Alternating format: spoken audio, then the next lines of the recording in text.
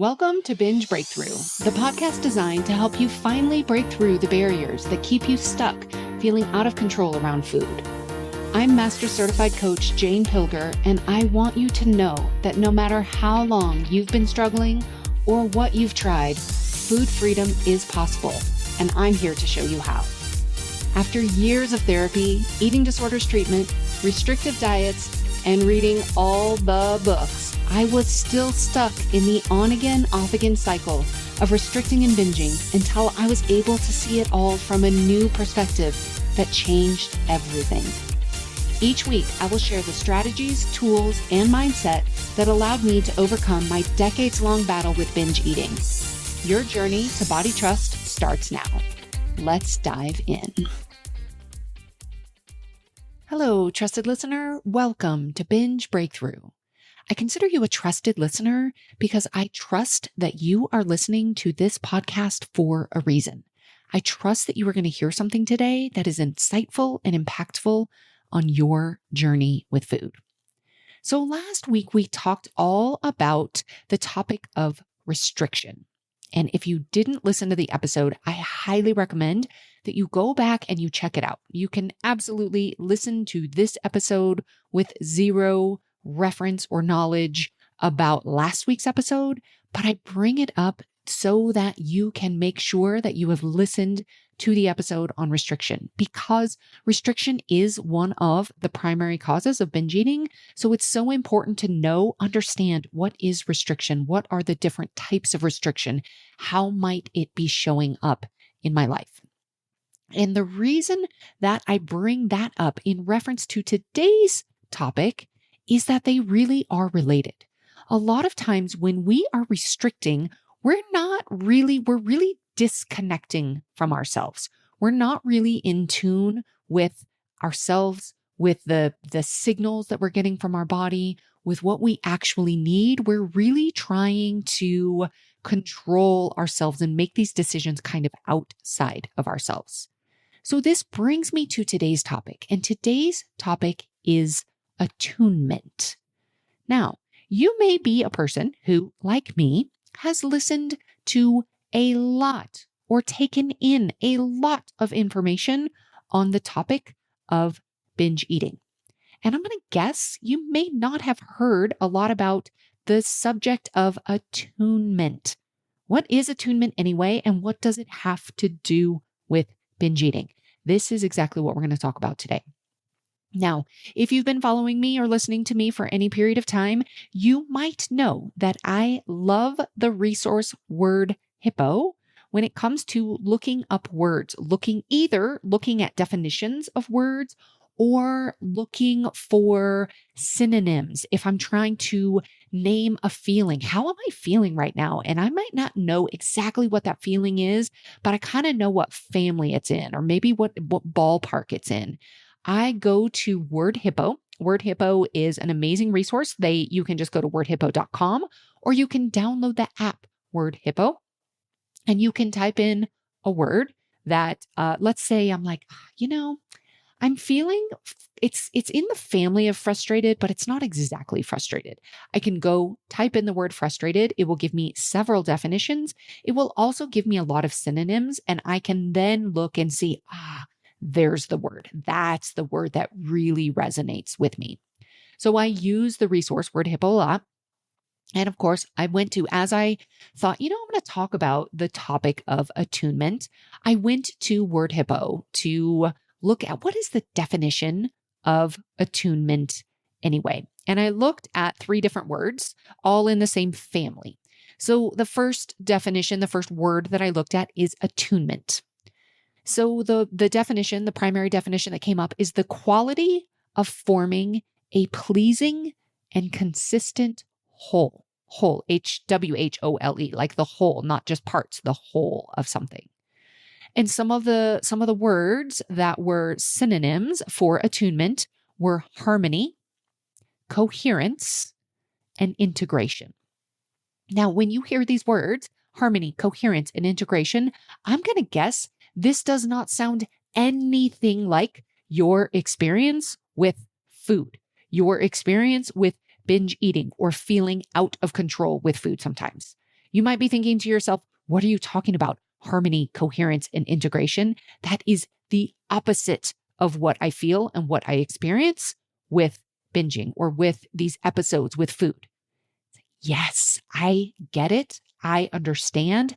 And this is exactly why we are talking about this. All right, let's go on to some other definitions. I'm going to expand on this further. The next word that I looked up was attune, the verb attune, to adapt to or bring into accord with a given environment or standard.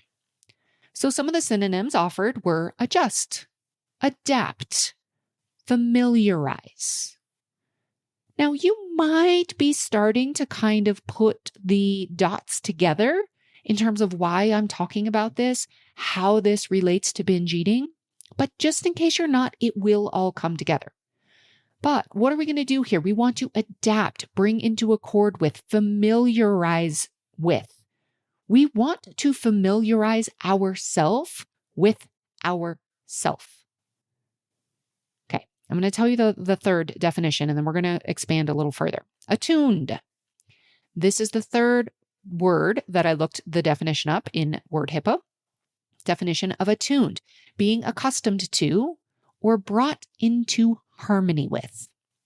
And here were a couple of other definitions within attuned that I thought were resonant with what we're talking about today. So for attuned, receptive or responsive to stimuli or the feelings of others. Quick to detect or respond to slight changes, signals, or influences. Okay, so we have these words. Attuned. Attuned is I'm receptive. I'm quick to detect or respond to what's going on. Attune is kind of the verb. When I attune, I adjust, I adapt, I familiarize.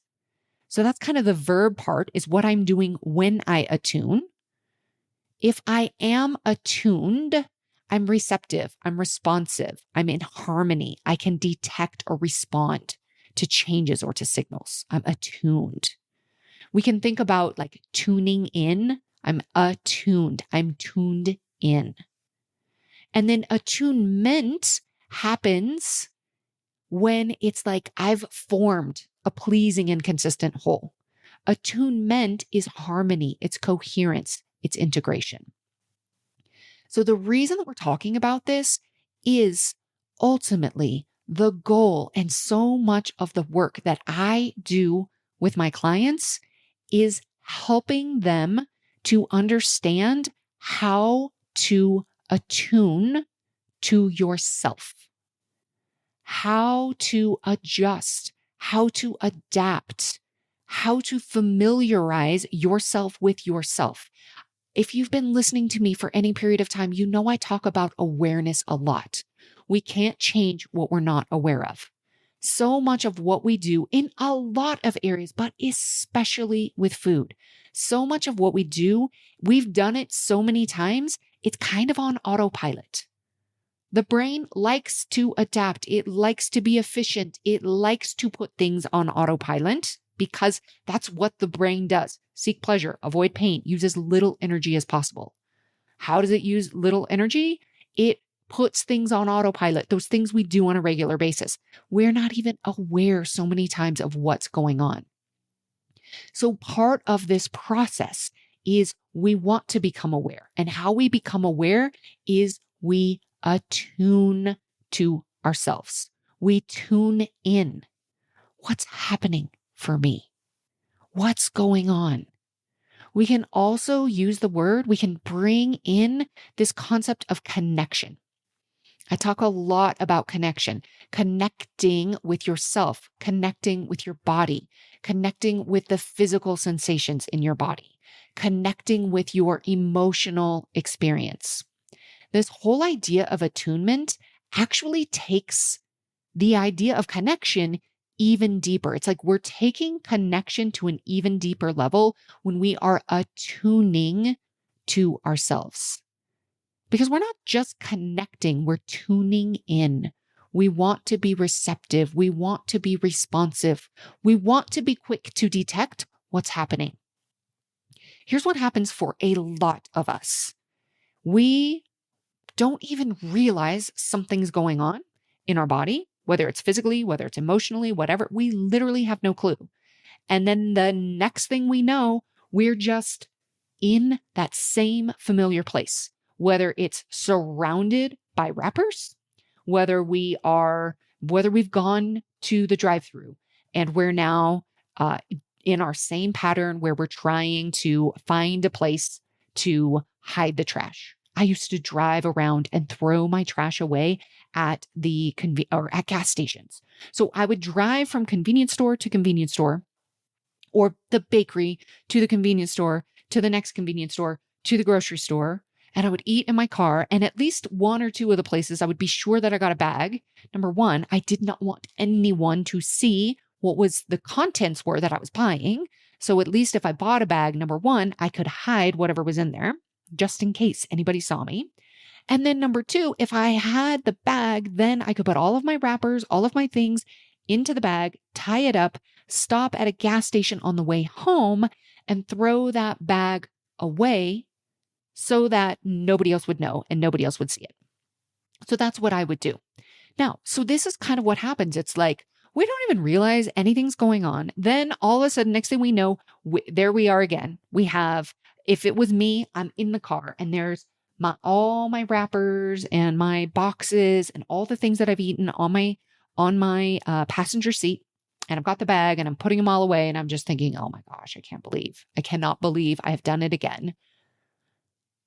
Because, it's like there was no attunement, no even awareness that something was going on for me. It's like and I am confident that you know exactly what this experience is, where it's like you're going along. Next thing you know, you just feel this compulsion. I actually had a client describe it to me this week as a reflex. It just feels like a reflex. I'm not even aware. I'm not aware of anything in my body. I'm not aware of anything in my mind. Literally, it's just like this reflex to go to the pantry, to order the food to be delivered, to go to the drive-through, to go grab my keys, to go get in my car. There's no awareness of anything. It's just this reflex. It's just this compulsion. It's like I'm on autopilot. When this happens, you are not attuned to yourself. Now, I don't want you to hear this and judge yourself. This is a place for awareness. It's like, attunement. What would it be like if I was attuned to myself? What might that even be like? We can open up the exploration of the possibility. I don't know about none of us. Many of us, probably even most of us listening to this podcast, were not taught attunement. So attunement is tuning into yourself, being aware as things are happening and developing in your body, whether it's an emotional experience, whether you are, let's say, for example, I'm on the phone and I'm on hold. I'm contacting support for my issues with my cable internet speed. And I can just feel myself getting more tense, getting more irritated, getting more frustrated. If I'm attuned, I can start to notice what's happening in my body. I can start to notice the temperature rising. I might start to notice some heat showing up on my face if I'm attuned. If I'm not attuned, I'm probably, as soon as I hang up that phone, I'm probably going to go straight to the pantry. Or I can't even tell you how many times I have been on hold with some sort of support person and eating while I'm on hold or while I'm waiting. We're not taught attunement. We're actually taught not to tune in. What does that sound like? It sounds like when you get the messages, don't be too sensitive. Be nice. Follow the rules.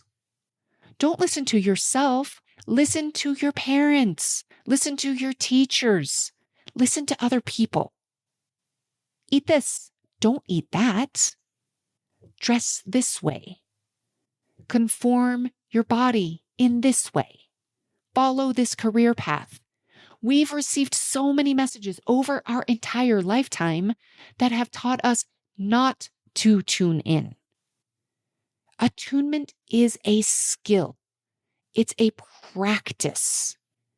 And this is exactly the work that I do with my clients. It's such powerful work because it helps teach them how to attune to themselves. I actually had a client this week.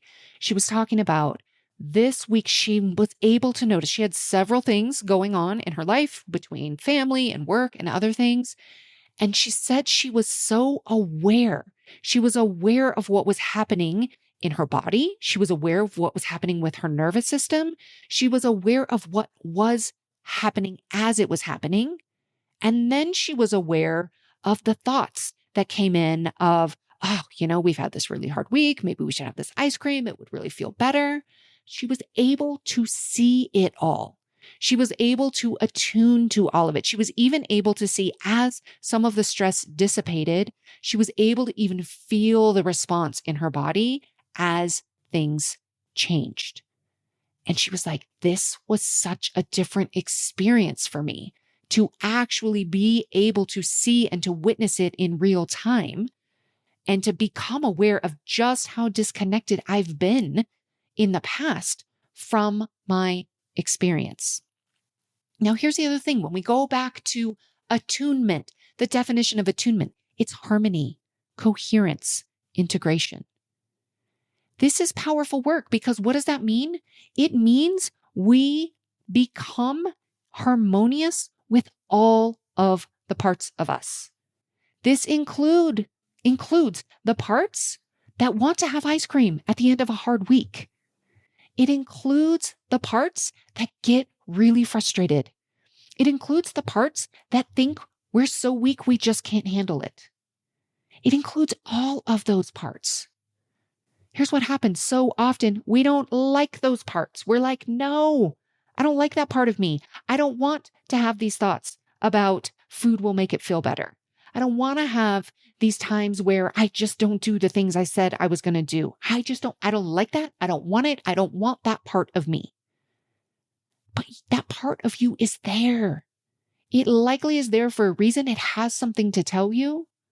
But when we have attunement, we are integrating all of those parts. We are not keeping those parts that we don't like at a distance. I like to think of it as sometimes we take those parts and we put them in the closet. We exile them. It's like, nope, I don't like you. I don't like you, the part that thinks that she has to binge in order to be okay.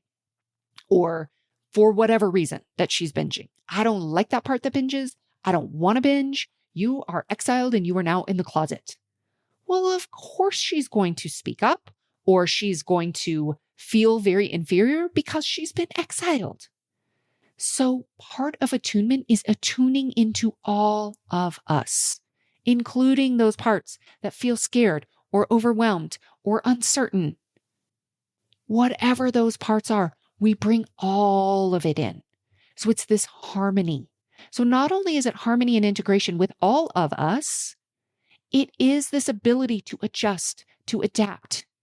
As we become aware of what's going on, we can respond to our feelings. We can detect them, even the slight changes, signals, or influences. We detect them, we're receptive to them, we can respond to them, and this process brings us into harmony with all of the parts of ourselves. And what's so powerful about this work is then we are no longer disconnecting. We no longer have our head in the sand where we're kind of just like pretending that everything's okay or just like, I don't really care. We're not on autopilot anymore.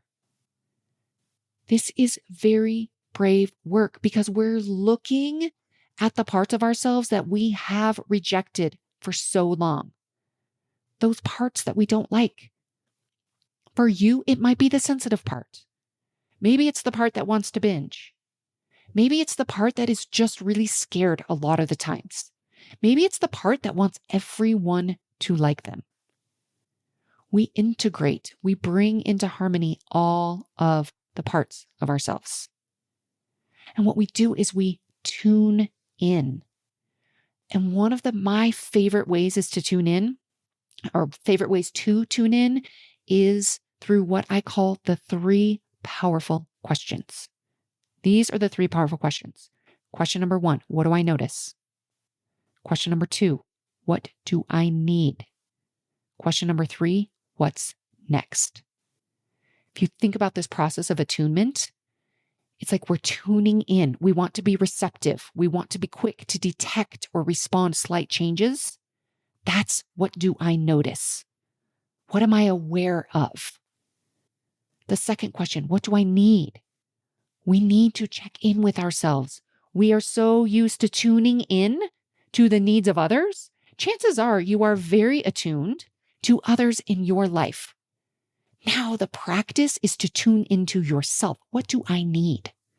And then the third question is so powerful. What's next? You get to choose. This is where you respond. What's next? So, how attuned are you to yourself right now? And is this a skill that you are willing to cultivate? If you are not attuned, if you are like, I don't even know what you're talking about, I would love this, but I don't even know where to begin. I love doing this work. I love helping people discover how to tune in and become attuned to themselves, because nobody else can know what you need. Nobody else can tell you what you need to do, what you need to eat, any of it. But when you tune into yourself, you can get access to the wisdom that is already inside you. So if you would like help learning how to attune to yourself, specifically as it relates to any of these things, but especially around food, I would love to talk to you. So just reach out to me. We can have a conversation. Send me an email, whatever it is. You can attune to yourself. No matter how disconnected you've been, this is a skill that anyone can develop. All right, that's what I have for you this week. I'll see you next time. Thank you for listening to Binge Breakthrough. If you would like a personal guide to walk you through the 8 solutions to end binge eating so that you can customize them for yourself and your unique situation, you have to join me for the Binge Breakthrough Blueprint. After just 8 weeks together, you will have a completely new relationship with yourself and with food. Find out more at bingebreakthrough.com/blueprint.